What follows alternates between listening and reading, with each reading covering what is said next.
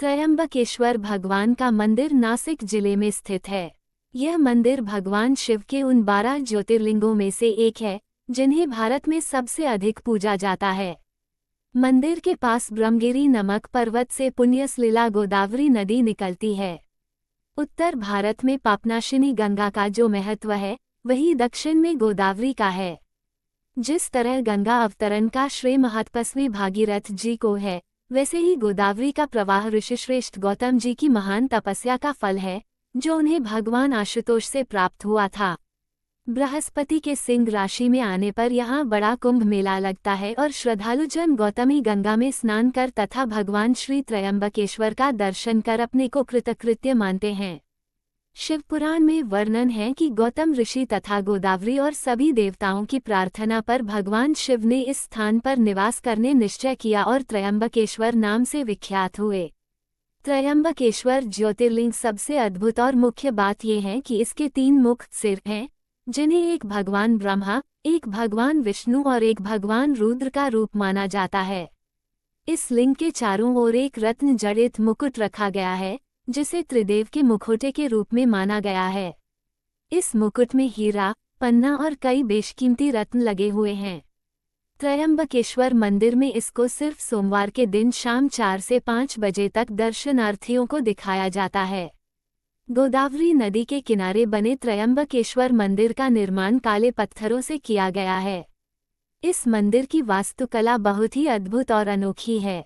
भव्य त्रयंबकेश्वर मंदिर इमारत सिंधु आर्य शैली का अद्भुत नमूना है। इस मंदिर के भीतर एक गर्भगृह है जिसमें प्रवेश करने के पश्चात शिवलिंग आंख के समान दिखाई देता है जिसमें जल भरा रहता है। यदि ध्यान से देखा जाए तो इसके भीतर 1 इंच के 3 लिंग दिखाई देते हैं। इन तीनों लिंगों को त्रिदेव यानी ब्रह्मा, विष्णु, महेश का अवतार माना जाता है।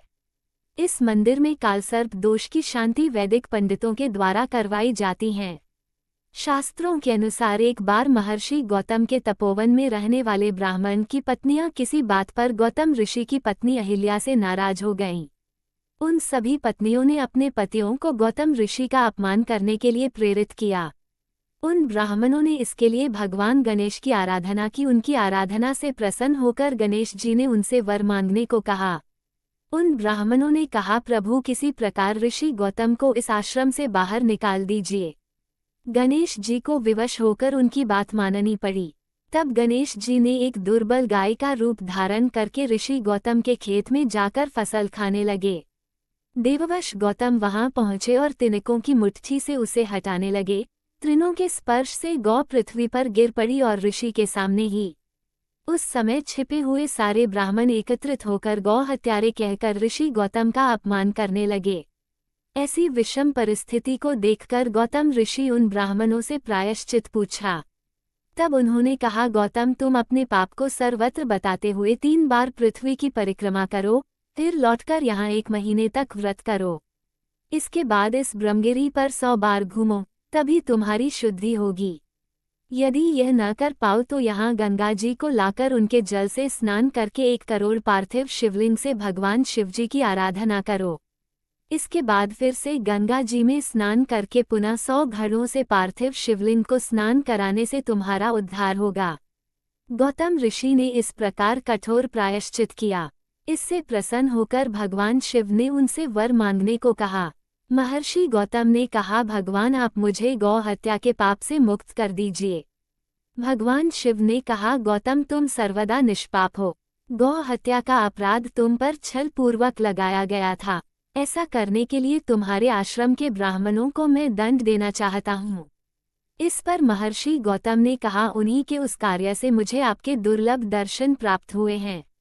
अब उन्हें मेरा परम समझकर उन पर आप क्रोध न करें। बहुत सारे ऋषि मुनियों और देवगणों एवं गंगा ने वहां उपस्थित होकर ऋषि गौतम की बात का अनुमोदन करते हुए भगवान शिव से सदा वहीं पर निवास करने की प्रार्थना की। देवों के प्रार्थना करने पर भगवान भोलेनाथ वहीं गौतमी तट पर त्रयंबकेश्वर ज्योतिर्लिंग के रूप में प्रतिष्ठित हो गए। ये त्रयंबक नामक ज्योतिर्लिंग सभी कामनाओं को पूर्ण करता है। यह महापातकों का नाशक और मुक्ति प्रदायक है।